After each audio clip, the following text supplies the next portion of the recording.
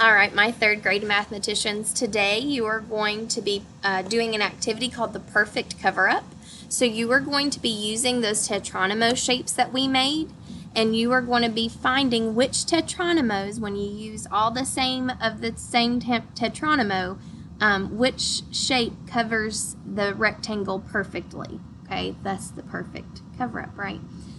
So you're going to make sure that your shapes do not go over the shape, like they don't stick out beyond the sides.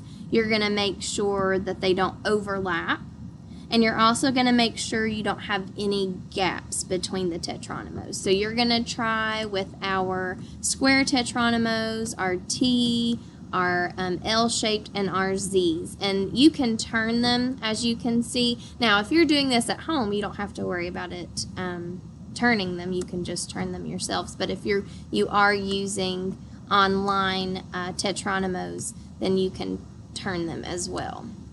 Okay, so you are finding which tetronymos perfectly cover up this 8 by 10 rectangle. And we're going to talk more about what that means, 8 by 10. Okay, we talked about it when we did our array work in Unit 1, but we'll continue to talk about the dimensions and the area of the space that you are filling with the tetronymos. Okay, so remember, you can't have any cubes hanging over or sticking out the sides of the rectangle, and if you are doing this at home with your tetronymos, remember they have to be flat. So no cubes are sticking up in a second layer.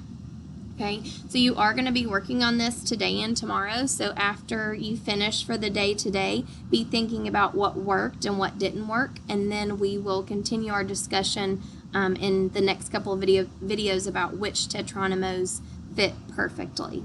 Okay, all right, guys. So you have this time to work on finding the perfect cover-up, and I'll catch you in the next video.